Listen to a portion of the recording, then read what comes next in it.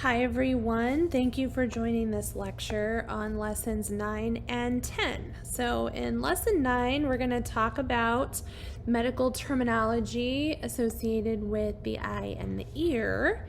And in lesson 9, or in lesson 10 rather, we're going to be talking about the musculoskeletal system. So let's dive in.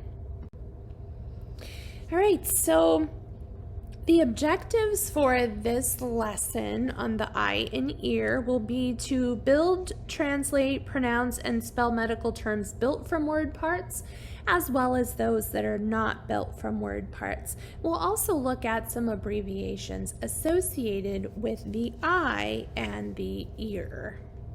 So here we're looking at some different structures of the eye, and I have another slide with some additional structures, and then we will look at an image. So kind of put the words, the definition with the words, and then we'll look at a visual. And so there are a variety of structures in the eye. The eye is actually one of the most intricate structures in the entire body.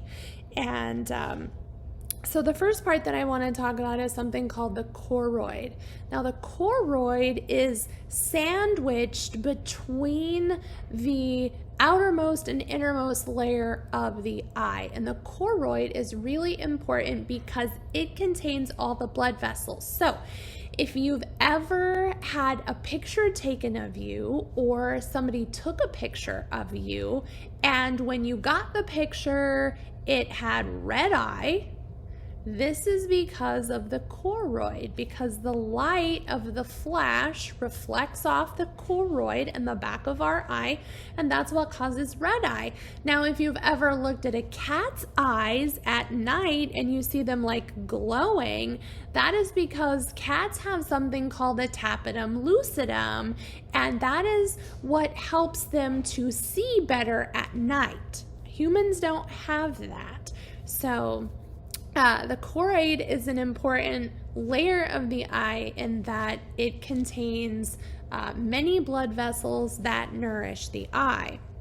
Now, the cornea is the transparent part of the front of the eye. So if you look in the mirror at your eye and you see the colored part of the eye, which is the iris, in front of that colored part is the cornea, and it is this very crystal clear structure of the eye that allows light and images to pass through the pupil, which is the opening in the iris, and to be projected onto the back of the eye for sight or vision to occur.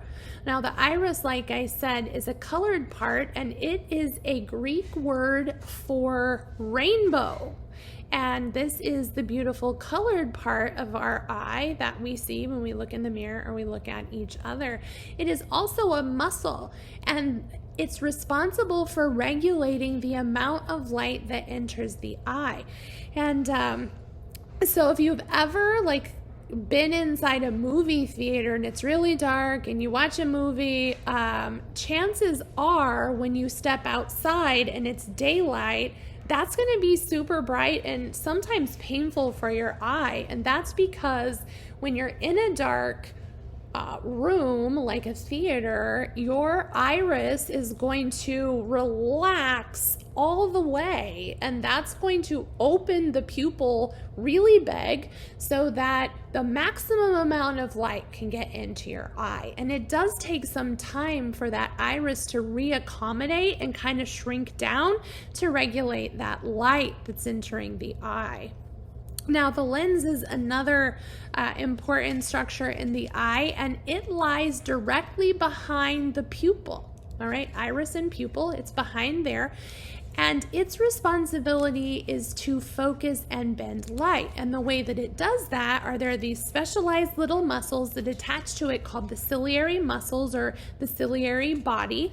And its job is to adjust the shape of the lens to allow us to focus on whatever we're looking at. And then lastly here on this slide, the optic nerve. The optic nerve is the one of the cranial nerves. It's the second cranial nerve, and it is responsible for carrying visual images that land on the retina, which is the very back innermost layer of the eye. It is continuous with the retina, and it carries those images to our brains to be interpreted. A couple more structures here. So the pupil, like I said, is really, it's just the opening in the iris, and that opening is where light passes through the eye. Now the retina, like I said, is the innermost layer of the eye, and it contains all the vision receptors. So if you've ever heard of rods and cones, these are billions of little receptors that either see color, so cones see color, and the rods see shades of gray. 50, maybe more, I'm not sure. And then the sclera is the white part that we see. So it is the outer protective layer of the eye, and it's also responsible for helping the eye keep its shape. All right, so let's look at an image of the eye. And so that's what you see here, this cross section of the eye. And if we start, let me get my pin out. If we start at the back of the eye, right here at the retina, on this top right side, you see retina, and it's pointing to that little yellow line. Again, that is the nervous layer of the eye. You didn't think your eye could get nervous, did you? And then the middle part, this part, you can't really see it, but right behind the retina, there's going to be this red line, and that is the choroid. All right, that is the choroid. And then back here, coming off from the eye, is the optic nerve, right? And again, it's continuous with the retina. The retina turns into the optic nerve, if you will. Some other important structures to point out is the anterior and posterior cavities of the eye. So this down here where it's pointing to the vitreous body, this is referred to as the posterior cavity of the eye, and it is filled with something called vitreous humor. And then we have the anterior chamber of the eye, which is actually demarcated by the lens. So in front of the lens right here and forward, we get the anterior cavity, and it is filled with a gushy jelly-like substance called aqueous humor. So the back is filled with vitreous humor, and the front is filled with aqueous humor. And these jelly-like substances also help to keep the globe of the eye in its specialized shape. Now this let's look over on the left side now. Working from the top and going down, we have the colored part that is the iris, so that's that blue part that you see there. The cornea is the clear part that is in front of the iris and the pupil, and the pupil is literally that opening in the iris. So I already said that the eye has two cavities. It has a posterior cavity and an anterior cavity. Within the anterior cavity, there are also two chambers. And right now, we don't really need to worry too much about these different chambers, but the posterior chamber is behind the iris and in front of the lens, while the anterior chamber is behind the cornea and in front of the iris. And then lastly, I just want to point out two other structures down here at the very bottom left, the ciliary body and ciliary muscle. So that is what I was talking about, these muscles that help to adjust the lens and also the pupil. All right, and then lastly, the conjunctiva is the mucous membrane that covers the eye, except for the cornea. And if you've ever heard of conjunctivitis, which is pink eye, it would be the inflammation of this mucous membrane. All right, so let's take just another look at how light moves through the structures of the eye. So when light enters our eye, it first passes through the cornea, which is that clear, transparent covering of the very front of the eye. And remember I said that there is this jelly-like substance in the front of the eye, in the anterior cavity, and that is called aqueous humor. And so the light travels through the cornea, through the aqueous humor, through the pupil. Remember, the pupil is the opening in the iris, the colored part of the eye, and the iris's job is to regulate the amount of light that does enter the eye. So light is going to pass through the pupil and then through the lens, all right? And the lens is what is going to focus that light on the very back of the retina. So you can see in this picture how the light is being perfectly focused on the focal point in the back of the eye. So if something isn't going right with this lens, it's not the right shape, it's not as flexible as it used to be, it's cloudy because of cataracts or something like that, then we're going to get distortions and changes in our vision. So after the light passes through the lens, then it enters the posterior cavity of the eye, and there is more jelly-like stuff in there, and it is called vitreous humor. And then eventually the light lands on the very back of the eye, which is the retina, like we talked about before, and this is really where all the magic happens, right? Because the retina is composed of a bunch of tiny little nerves, and they all culminate at the, or come together at the optic nerve. And then the optic nerve's job is to transmit that signal that is captured by the retina to the brain, where it is then interpreted and sight actually happens. And this whole process is happening in a nanosecond, right? So anyways, I hope this helps with the way light travels through the eye. All right, so now we're going to talk a bit about the ear. So the ear is another sensory organ, and the part that we can see, like if you were to reach up and just tug on your ear, that has a couple names. One name that it goes by is the auricle, and the other one is the pinna. So this is the external visible part of the ear. Typically we have one on either side and they mirror each other.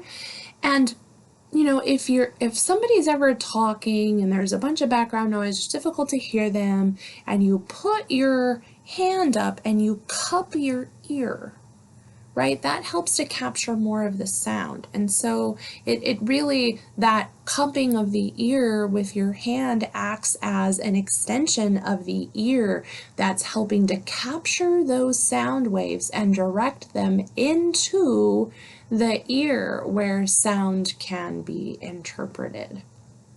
The cochlea is it's shaped like a snail, and it is considered the organ of hearing.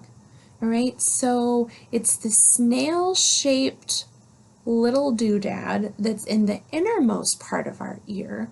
And, there are three parts to the ear. There's the external part, the middle part, and the inner part. And so we'll talk about those in a little bit in more detail. But the cochlea lives in the inner ear.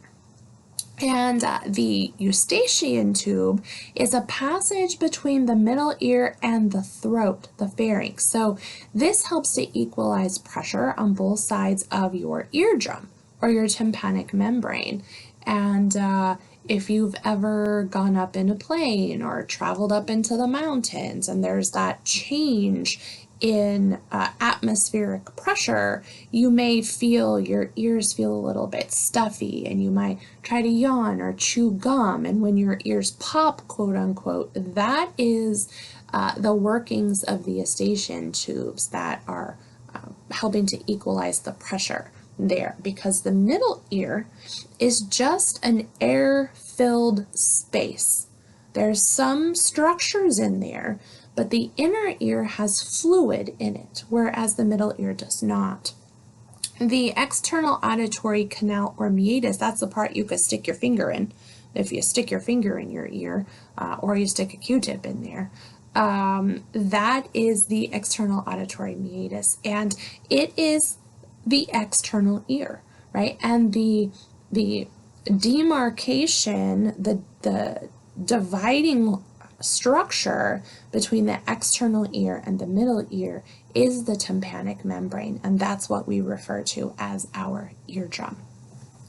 Now, the external ear, again, consists of the auricle, which is the part that we can see, or the pinna, we call it, and the external auditory canal, or external auditory meatus. The inner ear, again, is like this crazy maze of looping tubes and canals, and it lives within the temporal bone, which is on the side of our skull, and it contains this labyrinth that helps us maintain balance. And if the fluid in there, if there's excess fluid or there's these little hairs and these little crystals, and if those things get wackadoodle, then we can have things like vertigo, which is dizziness, and those sorts of things, and balance issues. Again, the middle ear is this air-like space, and it starts at the tympanic membrane and it ends at something called the oval window, which is a more innermost, and the oval window is actually the demarcation between the inner ear and the middle ear. And in the middle ear, there are some little bones, and we call these ossicles. They're the smallest, most ittiest-bittiest bones in our entire body, and their job is to transmit sound from the eardrum to the middle ear. And so their job is really important. And like I said, there are three of them, and they are the stapes, the incus, and the malleus. And then lastly here, the tympanic membrane, which I said we call the eardrum, is like the common term for that. And it is a semi-transparent membrane, and again, it separates the external auditory meatus, or the external part of the ear, from the middle ear cavity. Okay, so we talked about the pathway of light through the eye, and now I would like to talk about the pathway of sound waves through the ear. So sound, when it occurs, travels through the air in the form of waves, and those waves enter the external auditory canal. All right here they are captured by the pinna or the auricle, right? And they enter the external auditory canal and they travel along until they come into contact with the tympanic membrane, which is right here. All right, this is the eardrum. And so the eardrum is going to vibrate when these sound waves hit it, okay?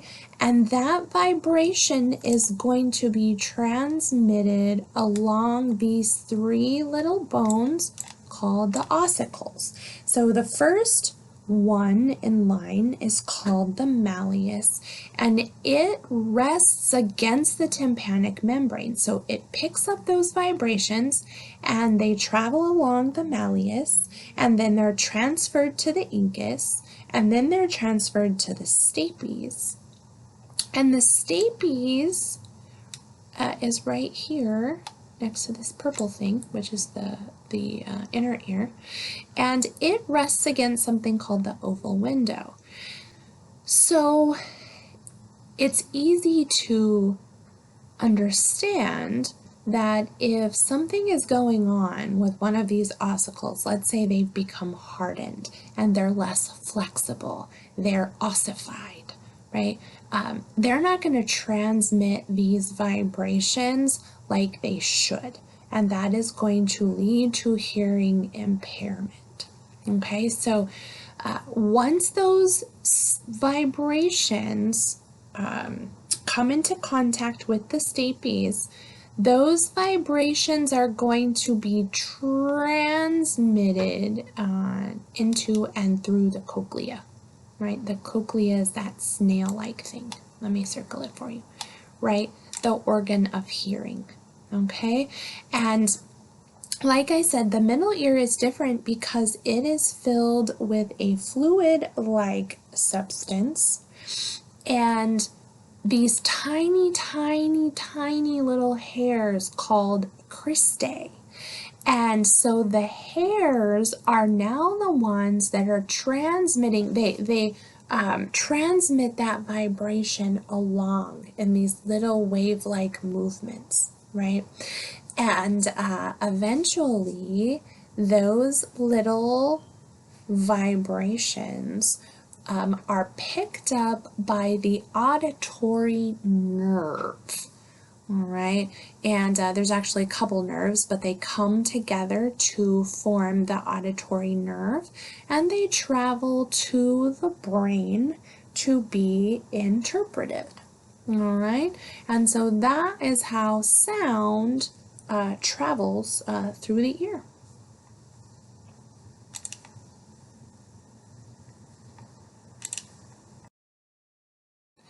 All right, so let's talk about some word parts now that we have a little bit better understanding of the anatomy.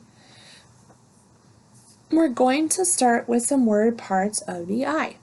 And a common one that you will hear when we're referring to diseases or surgical procedures or conditions of the eyelid is blepharo. And one that jumps to mind for me is blepharoplasty, which would be the surgical repair of the eyelid. And sometimes we have individuals that have these really droopy eyelids. And to fix that, we would do a blepharoplasty. Now, iris, the word part for that, there's two of them, iro and irid. Sometimes for glaucoma, they will perform something called an iridectomy, where they remove little bits of the iris. The word part for cornea is keratosis, and a cornea transplant, the term for that is keratoplasty, is actually one of the most common organ transplants or tissue transplants, if you will, in the United States. The interesting thing about keratoplasties is that research has shown that corneas can be rejected by the patient up to 25 years post-operatively, which I think is crazy. Ophthalmo is the part for eye, and opto is the part for vision, optic, right, pertaining to vision. Retino is the word part for retina, and sclero is the word part for sclera. Some word parts for the ear, just a few here for you. Audio, which is the word part for hearing. Meringo, which is very strange, I know, it is the word part we use to refer to the eardrum or the tympanic membrane.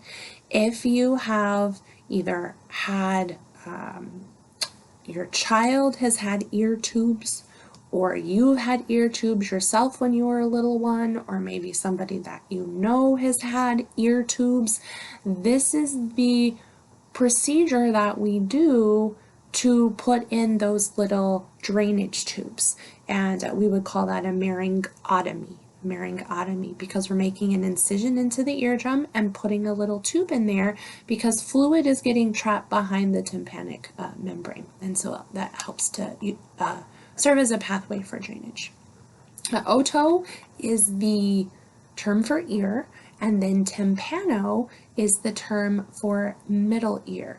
Now, if you work at a facility that does ENT procedures, you may have tympanoplasty on your schedule. And a tympanoplasty is the surgical repair of the eardrum. All right, some suffixes that I think we've heard these before. The first one is metry, which is the measurement of something. Plasia, which is paralysis. I don't think we've had that one yet. And then ptosis, which is the drooping, sagging, or prolapse of something.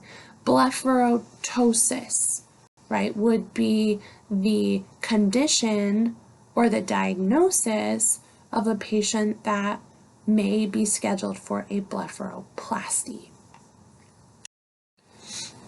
All right, let's look at some medical terms built from word parts. The first one is blepharitis, which is inflammation of the eyelid. Remember, itis means inflammation, blepharo means eyelid. Another one, blepharoplasty, which I mentioned, is surgical repair of the eyelid. And then blepharoptosis is the drooping of the eyelid. Now remember, irid and iro refer to the iris. So an iridectomy is excision of a portion of the iris. And like I said, they usually do this to treat glaucoma. Iridoplasia is paralysis of the iris. And sometimes we give medications to cause this, like if we're operating on or in the eye. Iritis is inflammation of the iris. A keratometer is a instrument that we use to measure the curvature of the cornea. And then again, that keratoplasty is a surgical repair of the cornea, but usually we use this term to refer to as a corneal transplant. And then lastly here on this slide, ophthalmic, which means pertaining to the eye. Remember, IC, that suffix means pertaining to. Now, an ophthalmologist is going to be that individual that studies and treats diseases of the eye, and then ophthalmology is the study of the eye. Now, if we're going to perform a visual examination of the eye, we would use an instrument called an ophthalmoscope. The word for pertaining to vision is optic. Remember, IC meaning pertaining to, and opto meaning vision. Optometry is the measurement of, not vision, I apologize. This is the measurement of hearing. This slide is incorrect here. Optometry is the measurement of hearing. Retinal means pertaining to the retina. And retinitis is inflammation of the retina.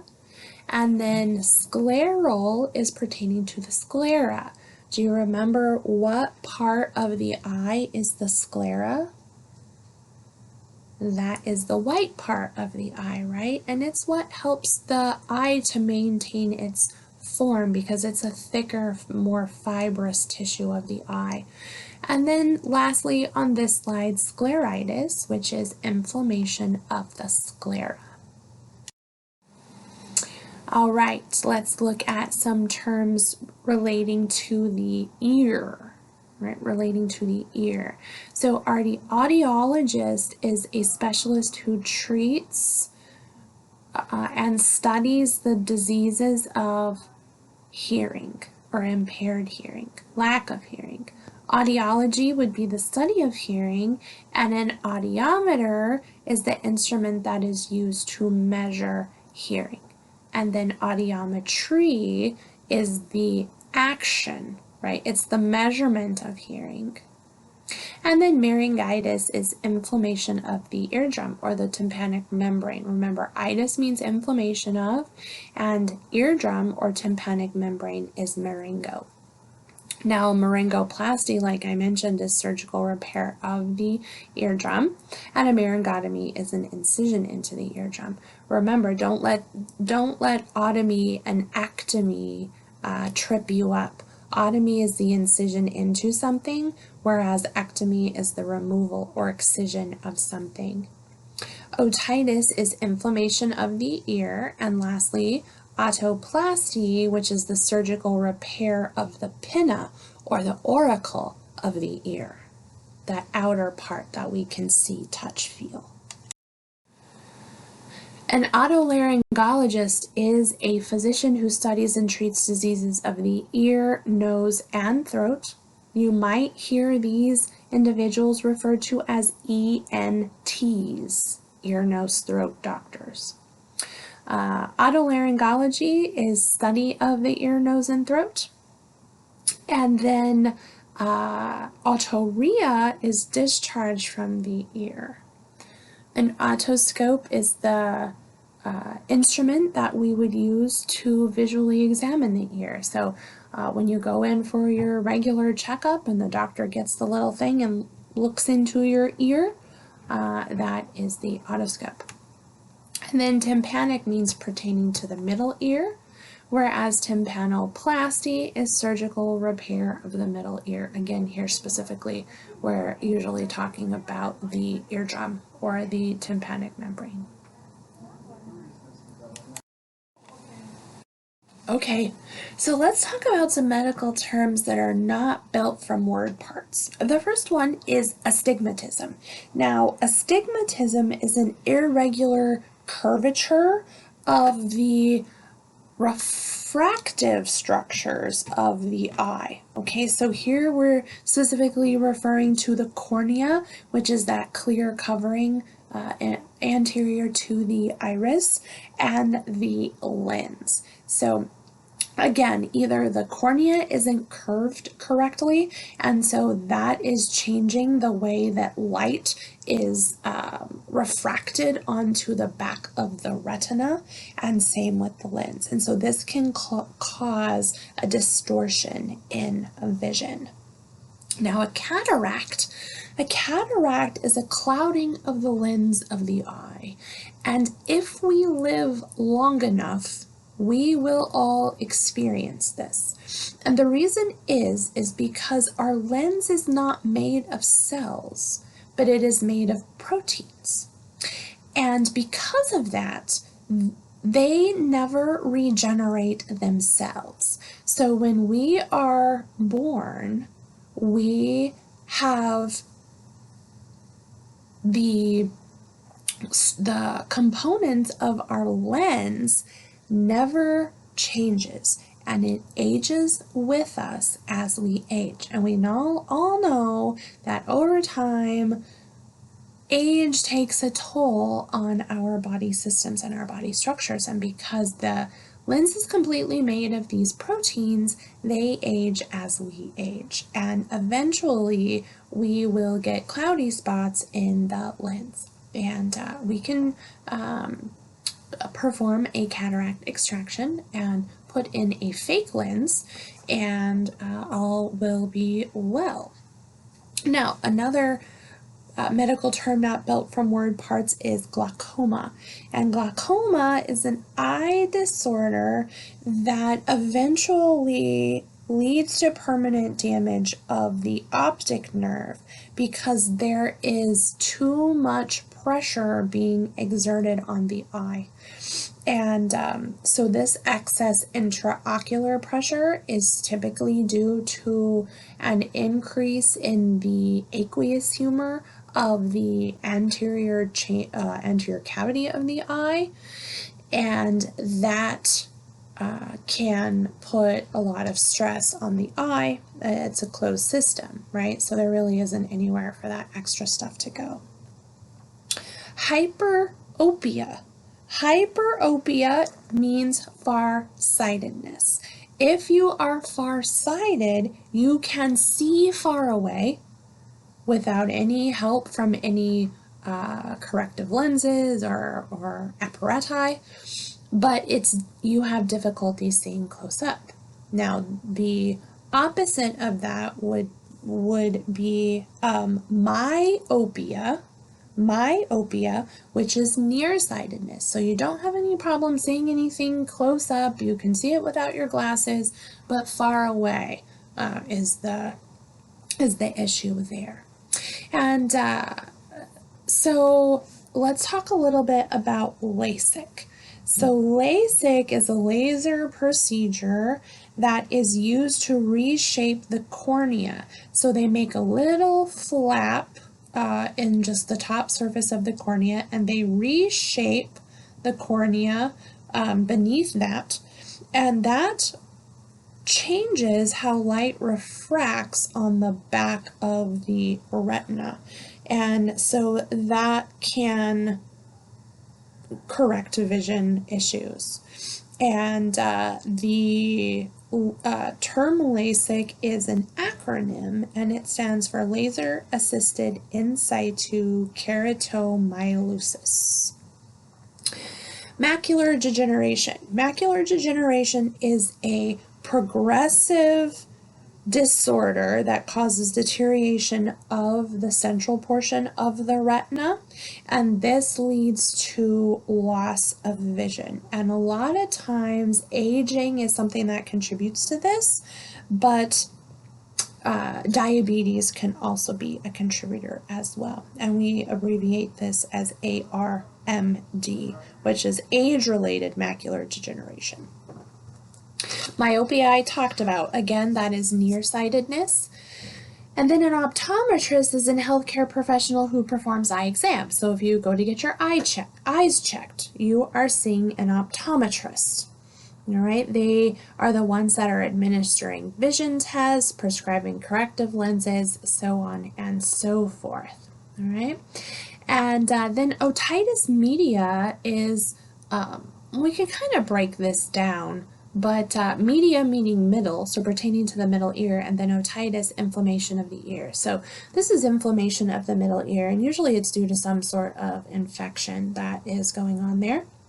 Presbycusis. Presbycusis is hearing impairment occurring with age. So again, as we get older, right, our cells don't regenerate themselves as well. Those bones aren't as flexible in the middle ear as they used to be, and those kinds of things. The nerves start to break down, and so this is the loss of hearing due to age. And then we have kind of the similar thing, but with the eye, as presbyopia, which means vision impairment occurring with age.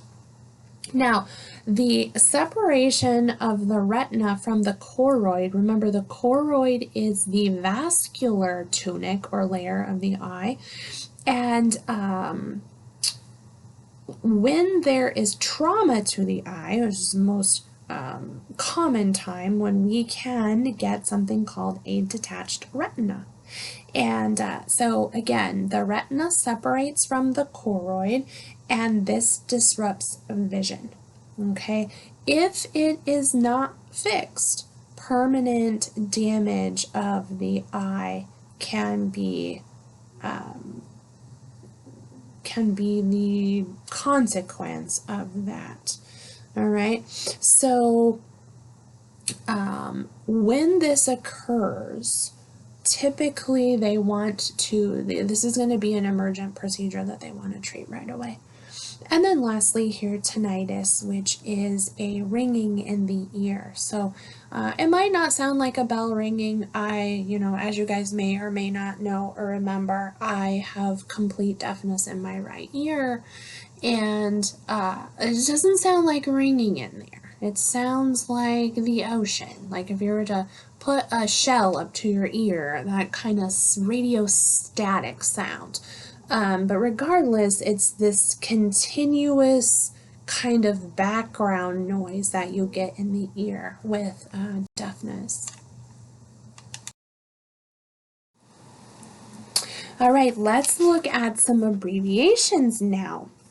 The first one we already kind of mentioned, which is ARMD, age-related macular degeneration. And then astigmatism is abbreviated as AST. And then we have our ear, nose, and throat docs, our otolaryngologists, our ENT doctors. And then if someone is hard of hearing, we abbreviate that as HOH. To abbreviate intraocular pressure, we use IOP, and otitis media is abbreviated as OM.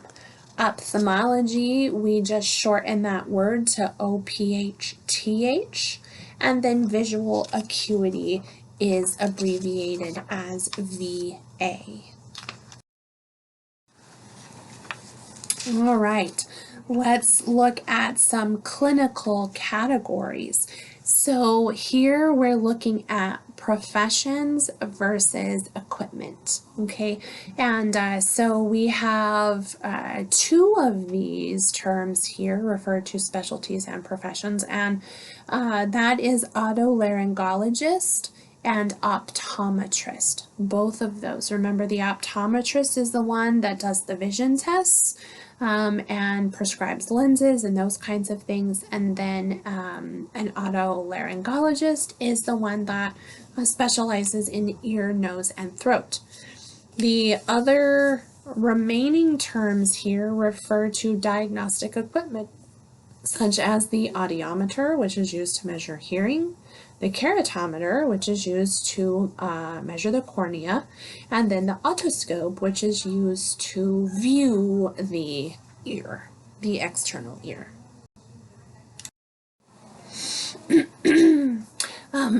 A couple others here, excuse me. We're looking at, is it a surgical procedure or disease disorder? So astigmatism is a disease disorder. Remember, that's the abnormal curvature of the cornea. LASIK is that surgical procedure that we can use to correct the curvature of the cornea. Laryngitis is inflammation of the the tympanic membrane or eardrum, and that is a disease or a disorder. And then our laryngoplasty is a surgical procedure, or remember, that's the repair of the eardrum. And then lastly, otitis, which is a disease/disorder because it is inflammation of the middle ear.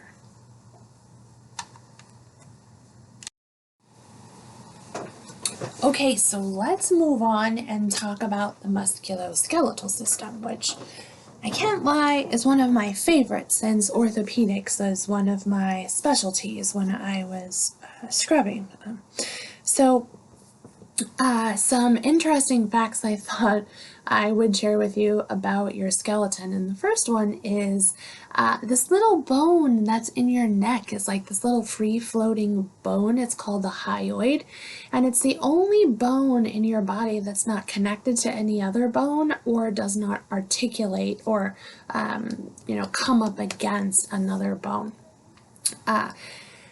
I also thought it was really interesting how busy the cells are of our bones. We have two different types of cells, osteoblasts and osteoclasts, and they work together to break down and rebuild bone. And they do that completely over and over again about every 10 years, which I thought was crazy. We already talked about the smallest bone in our bones in our bodies, which is the ossicle, and the stapes which is one of those ossicles, is the smallest at 3 millimeters long. And then, we always say, oh, I hit my funny bone, and that's not funny. I don't know why they call it the funny bone.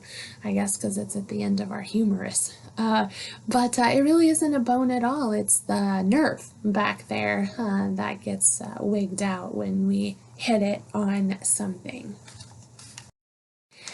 All right, so let's talk about some structures that we will encounter in the musculoskeletal system. And very obvious structure is bones, right? And bones are made of very hard connective tissue, and they have a dense outer layer and a lot of times a spongy inner layer. And so that outside layer is referred to as cortical bone, and the inside spongy layer is referred to as cancellous bone, or spongy bone, we call it. Now, in the center of most of our long bones is this stuff that we call bone marrow. And, bone marrow is really active when we're growing because its job is to make those erythrocytes, those red blood cells predominantly. It does make some other immune cells as well.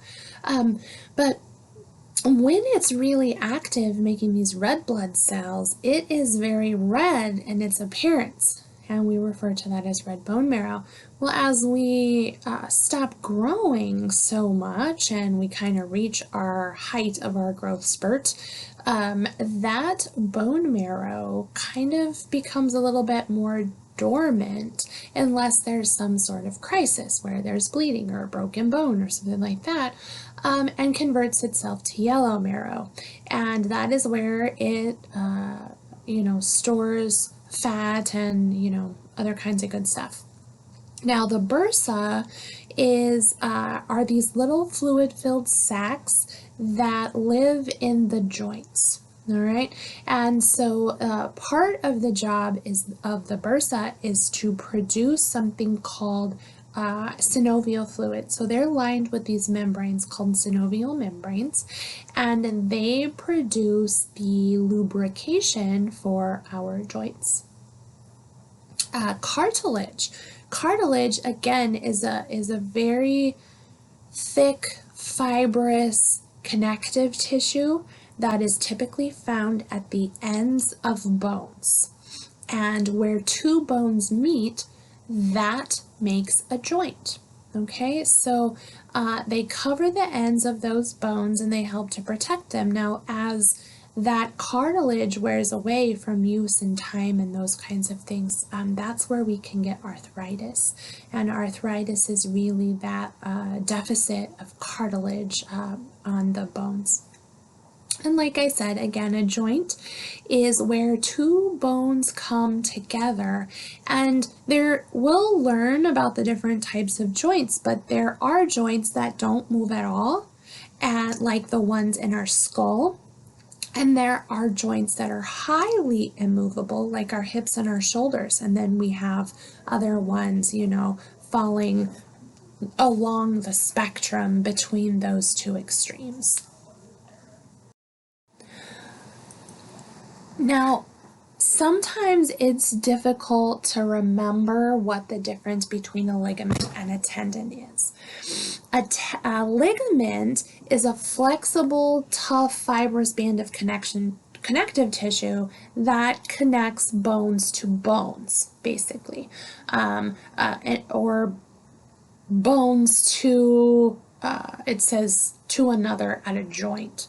A couple examples would be our ACL, which is our anterior cruciate ligament. We also have posterior cruciate ligaments in our knee, and these ligaments support the tibia and the femur, and so one end connects to the tibia and one end connects to the femur, and they help stabilize the joint.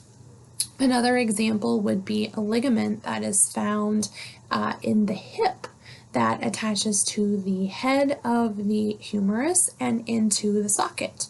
That helps to stabilize that joint as well. So I usually think of ligaments as tissue that connects bones to bones, or tendons connect muscles to bones. All right, if you've ever heard of the Achilles tendon, that's a pretty famous / common one that we've heard of. That at one end connects to the calcaneus, which is our heel bone, and then it connects to our calf muscle, which is our gastrocnemius. So the tendon connects bone to muscle, and a ligament connects bone to bone. And then the muscle is the specialized set of cells that contract and relax, and they push and pull on bones, and they help us move about the country. All right, so here are just some images to wow your brain. This top left one is a depiction of the different types of joints that we have. So you can see immovable joints like the very top of this image here, like our skull. And then B, which is on the upper right of the image, we have some semi-movable bones, like the bones of our spinal column, and then other more movable joints, like those of the hand and the hip. And then here is an anatomy of a bone. So bones have these hard outer candy shells, right? And that is the cortical bone. And then majorly long bones, they have a lot of this spongy bone. And as you can see, it really does look like a sponge. And now you would think that this would weaken the bone, where in reality it helps to strengthen the bone, because you'll notice this is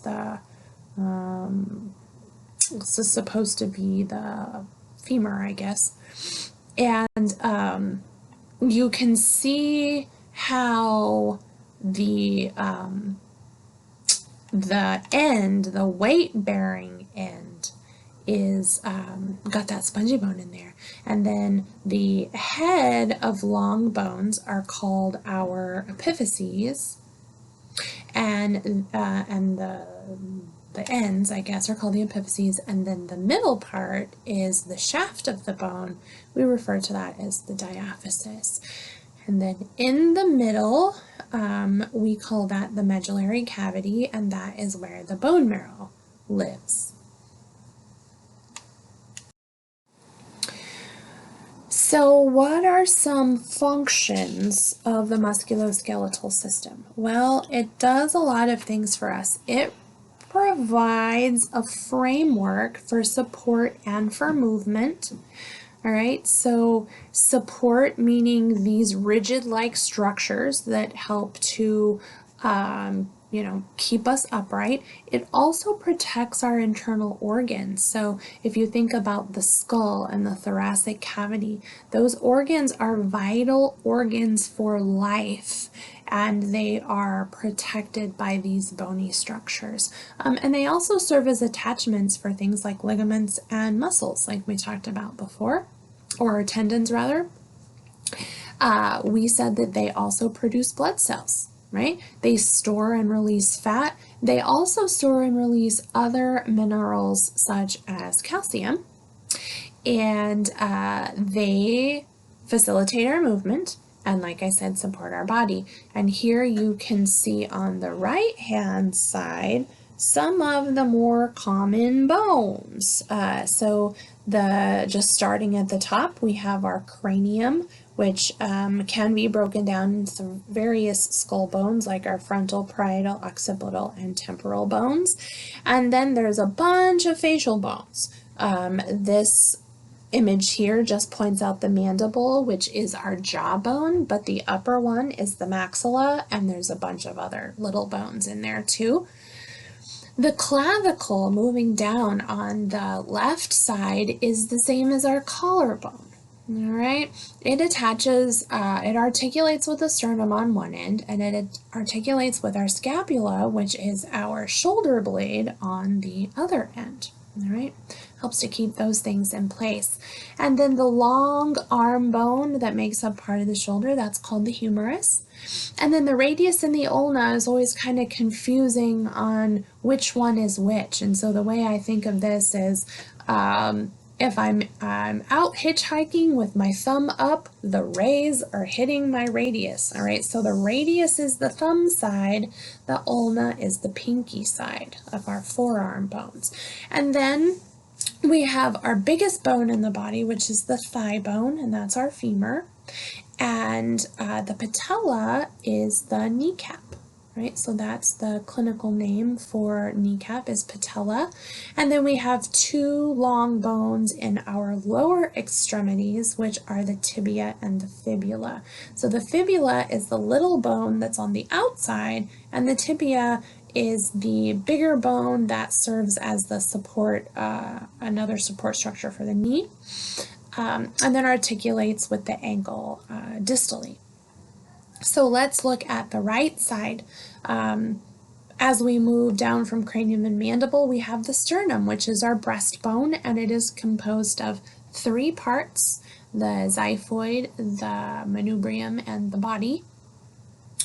Then we have our ribs, moving downward from that, and then in the pelvis, those wing-like parts of the pelvis is called the ilium, spelled different than the bowel. And then we have the sacrum, which is the most distal portion of the vertebral column. It also has our tailbone on there attached to it, which is called the coccyx. And then there's the pubis bone. That's where the two parts kind of meet together, the symphysis pubis, and then then we kind of jump to the hand bones. So the carpals are the bones of the wrist, and the tarsals, I think toe, are the bones of the ankle. So toe tarsals. Tarsals make up the ankle, carpals make up the wrist, and then we have our metacarpals, and which are the hand bones, and then the phalanges, which are the finger bones. Similar in the feet, we said the tarsals make up the ankle, the metatarsals make up the foot bones, and the phalanges are same. Fingers and toes are both called phalanges. So that's kind of just a brief overview of the bones. Here is a brief overview of the muscles. Again, muscles are, serve several functions, but one of them is to provide movement of the body. And I'm not going to go over all of these muscles here now, but I would highly suggest that you start familiarizing yourself with both the muscles and the bones, because we will be learning those in anatomy and physiology class. All right, so again, functions of the musculoskeletal system. They provide a framework, support, and movement for the body. They protect internal organs, store calcium, and produce blood cells. So let's look at some word parts. Quite a few here for us to look at. Arthro is the word part for joint. Burso sounds like bursa. Remember, bursa are those little fat pads that are in joints, and they help to produce fluid that lubricates the joints. Carpo is the term for carpals or wrist bones. Chondro is the word part for cartilage. Costo is the word part for rib, and cranio is the word part for skull. Now, femoro is the word part for femur, or that thigh bone, and then ilio is the word part for the ilium, which is that upper wing-shaped part or parts on each side of the pelvis. A few more here. Ischio is the word part for ischium, and that's the lower portion of the pelvis. We also refer to these as our sit bones. All right. Kinesio. Kinesio means movement. If you ever heard of the term kinesthetics, right, pertaining to movement of the body or motion. Kypho refers to a hump. So the condition kyphosis would be like the hunchback of Notre Dame. Lordo is the reverse or the opposite of kyphosis. Lordosis would be a condition of where somebody is bent forward, or we sometimes refer to this as sway back, okay, where we have that inward anterior curvature of the lumbar spine. Necro is the word part for death, and when we have a situation where there is tissue death or a condition of dead tissue, we refer to that as necrosis. Osteo is the word part for bone, and phalango is the word part for phalanx, or the phalanges, which are those little finger and toe bones. And then lastly here on this slide, pubo, which is the word part for pubic, which is the anterior portion of the pelvis.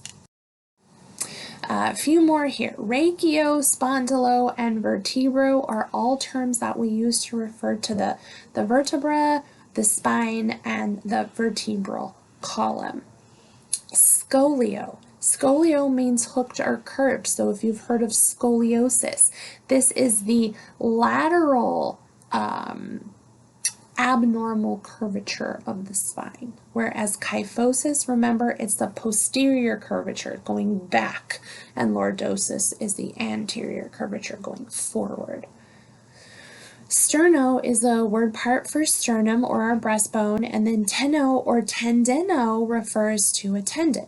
All right, if a tendon pulls away from a bone and we have to reattach it to the bone, we call that a tenodesis.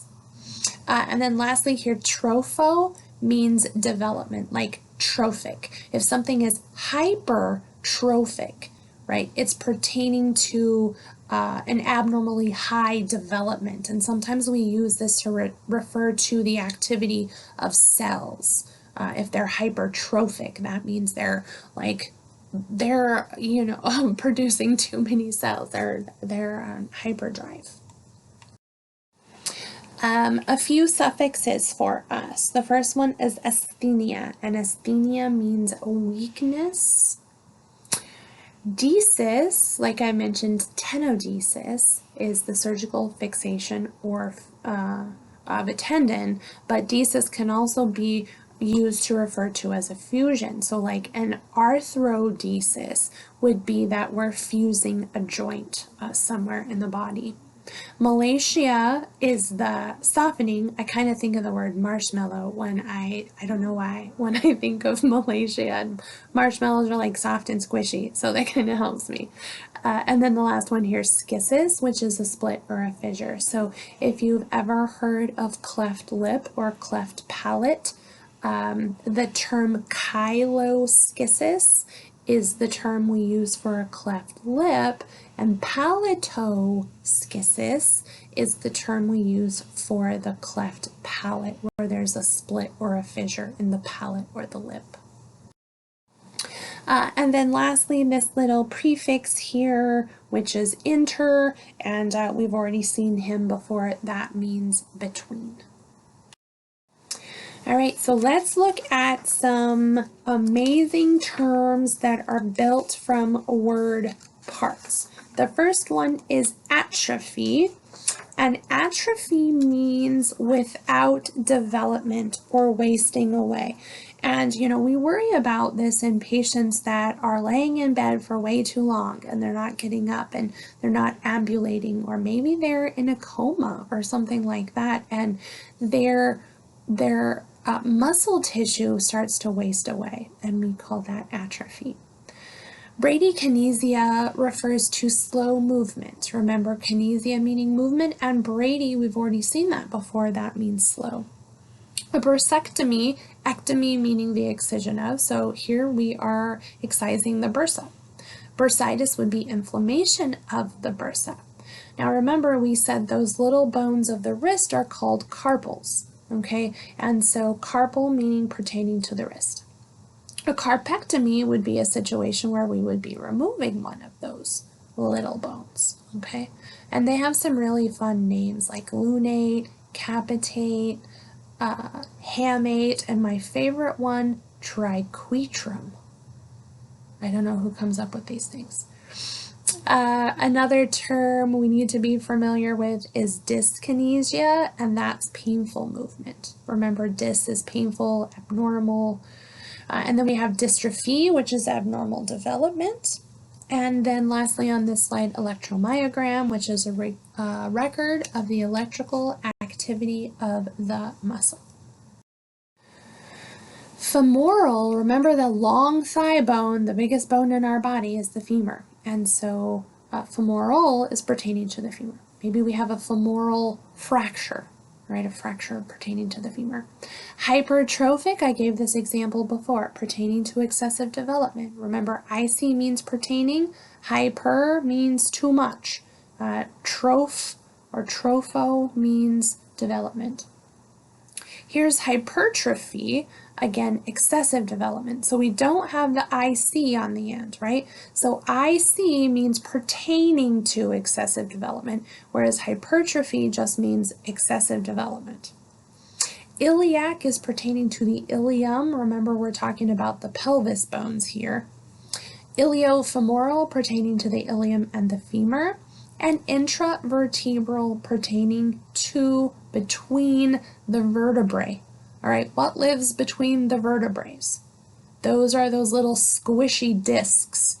All right, if you've ever heard anybody say, oh, so-and-so had a ruptured disc, that's what they're talking about. They're intervertebral discs. Ischial is the term that refers to pertaining to the ischium. Remember, those are the wings of the pelvis. And ischiopubic pertaining to the ischium and the pubis. And then lastly here, kyphosis, which I gave before, which is an abnormal condition of a hump of the thoracic spine. Hunchback of Notre Dame, think that. Lordosis, I gave this example as well. That's that abnormal condition of bent forward. So don't let this definition confuse you. The reason they're bent forward is they have this weird anterior curvature of the lower spine, and that causes an abnormal bending forward. We can also refer to this by its street name, which is swayback. Myalgia, remember algia is pain and myo means muscle. So here we have muscle pain. Myasthenia, remember asthenia is weakness. So here we're referring to the weakness of the muscle. Pharyngeal, remember those little bones of the fingers and toes? Those are called phalanges. So phalangeal would be pertaining to those bones. A phalangectomy, that would be the removal of a phalanx or the phalanges. And then rachiotomy is an incision into the vertebral column for one reason or another. And then racheschisis is a fissure. Remember, a fissure is like an opening. All right, think of a fissure in the earth as like a big opening in the earth, right? And then scoliosis is that abnormal curvature, lateral curvature of the spine. Spondylarthritis. Remember, spondylo means vertebrae, and itis means inflammation. So here we have inflammation of the vertebral joints because we have that arthro in there. All right, that means joint. Vertebral means pertaining to the vertebra or vertebrae. Remember, vertebrae is more than one. And then vertebrectomy would be the excision of a vertebra. And then lastly here, vertebroplasty. And vertebroplasty is the surgical repair of the vertebra. All right, a few more terms built from word parts. Arthralgia. Remember, algia is pain and arthro is joint. So here, arthralgia is pain in the joint. Arthritis, inflammation of the joint. Remember centesis, we had that a while back. That's a surgical puncture of something. And so here we have a surgical puncture of the joint. And typically that is to remove some fluid for testing or diagnostic purposes, or there's just too much fluid in the joint and we need to remove the excess. Arthrogram is a radiographic image of the joint. Maybe we need to get some x-rays and see what that joint is looking like. Arthroplasty is surgical repair of a joint. So if you've heard of someone that had a total knee, or a total hip, or a total shoulder, or a total elbow, or a total ankle, any of those things, the generic term for those are arthroplasties. Arthroscopic is pertaining to the visual examination of a joint. So, this is a minimally invasive procedure that is extremely common. And then arthroscopy is a visual examination of a joint. So we can do knee arthroscopy, hip arthroscopy, ankle arthroscopy. We can even do arthroscopies of the jaw joint. Just put a little scope in there, take a peek around for diagnostic purposes. And sometimes we can do some work in there to like shave things down or repair some connective tissue that's torn or those kinds of things. And then lastly, chondrectomy, which would be the excision of cartilage. And, cartilage doesn't really repair itself very quickly. It's very, very slow. Dr. Erickson that I used to work with in orthopedics, he would say, that connective tissue, when you trim it away, it's like trimming away part of a tire, right? The tire doesn't really regenerate itself. And, if you were to cut a big piece of your tire out, it's not going to grow back. And the meniscus, which is the cushion between the joints and, or in the knee joint specifically, and that covering on the ends of the bones really doesn't repair itself or grow back quickly. So we have to be very cognizant where we're removing those types of connective tissues that we do it very sparingly. And with something like a chondrectomy, if we're looking in the knee or a joint like that, and there's kind of some arthritis developing, that can leave like this rough, jaggedy kind of surface in the cartilage, and so we can kind of smooth that down so that it's less painful for our patient. Chondritis, remember chondro means cartilage, so here we're looking at some cartilage terms. Chondritis is inflammation of the cartilage, and chondromalacia, remember malacia, marshmallow, it's softening of the cartilage. Costochondral, here we're referring to both the ribs and the cartilage, and then we can also have softening of the skull, and that's called craniomalacia. Cranioschisis is a fissure in the skull, or a hole or an opening where the bones didn't fuse together properly. When baby is born, there is the soft spot, right? And that is where those bones haven't fused together yet.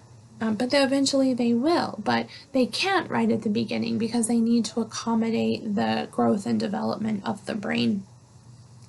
A craniotomy is a term that refers to incision into the skull, and sometimes we have to do this so that we can get access to the brain, so that we can remove a tumor or fix an aneurysm or whatever the heck is going on in there.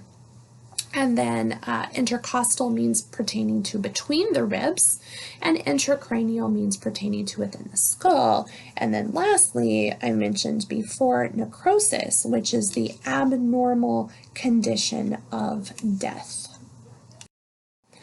Few more terms here, hang in there with me. Remember, osteo means bone, arthro means joint. Okay, so here we have osteoarthritis, which is inflammation of the bone and joint. Osteochondritis is inflammation of the bone and cartilage. And here's our term again, malacia. Osteomalacia means softening of the bone. And osteonecrosis means abnormal condition of death of the bone. Osteopathy or osteopathy is disease of the bone, and osteopenia is a normal reduction of bone mass. All right, so for some reason we have the wasting away of the bone. Osteoporosis is one condition that causes that. Osteosarcoma, remember, oma is a tumor, sarcoma meaning flesh, so here we have a tumor of the bone and the connective tissue. And then sternal meaning pertaining to the sternum or the breastbone. And there's just a few more here to finish up. Remember, sterno means sternum and costo means cartilage, or means ribs, excuse me. And so we have sternocostal, which means pertaining to the sternum and the ribs. Now, subcostal is going to mean pertaining to below the ribs. Remember, sub means below or beneath. And then tendinitis. Tendinitis is inflammation of the tendon, and then tenodesis is the surgical fixation of the tendon. And then lastly, tenoplasty, which is surgical repair of a tendon. So the difference between tenodesis and tenoplasty. Tenodesis, typically we have a tendon that is ruptured away from the bone, like with an Achilles, right? Sometimes, basketball players commonly have ruptures of the Achilles, or, extreme sports kind of individuals. And if the Achilles tendon pulls away from the calcaneus, then we would need to do a tenodesis to repair that, which means we're going to have to fixate it back onto the heel bone, all right, with some super glue or something. And then a tenoplasty, that is a tear or a rupture within the tendon itself. So we would do a tenorrhaphy, where we would suture the tendon with some stitches. All right, so some medical terms that are not built from word parts. Carpal tunnel syndrome. Now, remember, the carpals are those wrist bones, right? And in the middle of those wrist bones, there's a little pathway, and we call that the carpal tunnel. And there's a pathway there because the median nerve runs through that tunnel. All right. And so if you've ever heard of anyone having carpal tunnel, or they're sitting at their computer all day, or they're doing repetitive motions with their wrists, there can start to be a buildup of some scar tissue in there. It's putting pressure on the nerve. The nerve is not happy. We're getting some numbness and tingling in the fingers, those kinds of things. And that's because there's that compression on the median nerve. And so we refer to that as carpal tunnel syndrome. Now, chiropractic is a system of treatment that consists of manipulation of the vertebral column, typically, right? If your back is out of whack, you might go to a chiropractor to get it adjusted. Now, when we have a situation where a bone is broken, we refer to that broken bone as being fractured, or having a fracture. All right, we don't say broken bone in the medical field, we say fracture. A gout is a disease, and in this situation, there's an excessive amount of uric acid in the blood. Remember, we said uremia is urine in the blood, or urea in the blood, all right? So this is a similar thing. There's raising amounts of uric acid in the blood, and that causes a crystallization of that uric acid to be deposited in the joints, and a lot of times this occurs in the feet or the big toe predominantly. Now, a hernia is a protrusion of an organ or structure through an abnormal opening, and usually this happens due to a weakness of the muscle or the connective tissue or ligaments that surround the area. A herniated disc, right? Remember, in between the bony vertebrae, there are these squishy little cushions called vertebral discs. And if there is a herniation of a vertebral disc, this means that the contents of that disc is protruding through it. And that is essentially putting pressure on the spinal nerves, because the nerves come off from the spinal cord and they go through these little openings in the vertebra called foramen. And if the disc is ruptured, it could be pressing against those nerves that are trying to exit the vertebral column. And that causes pain, numbness, weakness, and sometimes loss of function as well. Lyme disease. Lyme disease is caused by a deer tick that is infected with a specific microorganism called Borrelia burgdorferi. And that can lead to recurrent fever, headache, joint pain, and it also reduces the immune system as well. And this can be a chronic thing that lasts forever for the individual. Magnetic resonance imaging, remember that's our MRI, and this is a diagnostic testing method, and it uses magnets to produce scans of the body. Muscular dystrophy is a group of hereditary diseases, and it's characterized by the degeneration of muscles, and it causes weakness in the individual. Nuclear medicine, also abbreviated as NM, is a diagnostic imaging, and we use something called radioactive isotopes. And these are naturally occurring phenomenons where there's a change in the atom, and it gives off a glow. Okay, and so sometimes they will inject the patient with this radioactive isotope, and it will attach to the specific tissues that it's designed to attach to, and we can get some scans of that. Orthopedics, we often shorten to ortho, and that's the study and treatment of abnormalities of the musculoskeletal system. An orthopedist is the physician who specializes in the study and treatment of those diseases. Osteoporosis. Osteoporosis is a disease that's caused by abnormal bone loss. And typically this occurs in postmenopausal women because the hormone levels drop in post-hormonal women, and estrogen is a big factor, a big player in there. And so this can lead to fractures. Hip fractures are really common risks if the individual falls. Usually the reaction is when you fall, you want to put your hand back and catch yourself. And so wrist fractures are really common, as well as fractures of the lumbar vertebrae and the ribs as well. Plantar fasciitis. Okay, so fasciitis is inflammation of the fascia, which is a connective tissue, and plantar means referring to the bottom of the foot. So here we have this inflammation of connective tissue of the sole of the foot, and a lot of times this can be super painful. We can, the treatment of plantar fasciitis has come a long ways, because I can remember when I first started scrubbing, we would make this big incision on the bottom of the foot and just loosen up that fascia, that connective tissue. But they have more, less invasive treatments now that are super helpful, like radiofrequency ablation and things like that.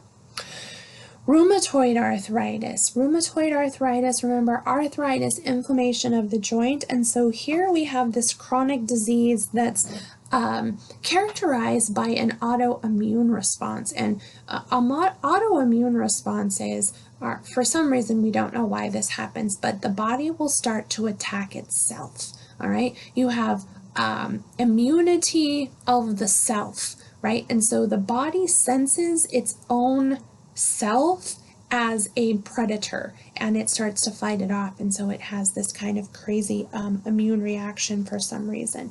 And this is specifically with rheumatoid arthritis, is attacks the various connective tissues throughout the body. And then lastly, here's spinal stenosis. So remember how I said that the vertebrae act as a pathway for not only the spinal cord, but the spinal nerves. And so with stenosis, we get a condition of narrowing of those passageways. And again, this can put pressure on those nerves, and that can lead to pain, numbness, and loss of function. All right, so we're coming into the home stretch here. Let's look at some abbreviations. Now, when we think of the vertebral column, we have to have a way to identify those different vertebrae.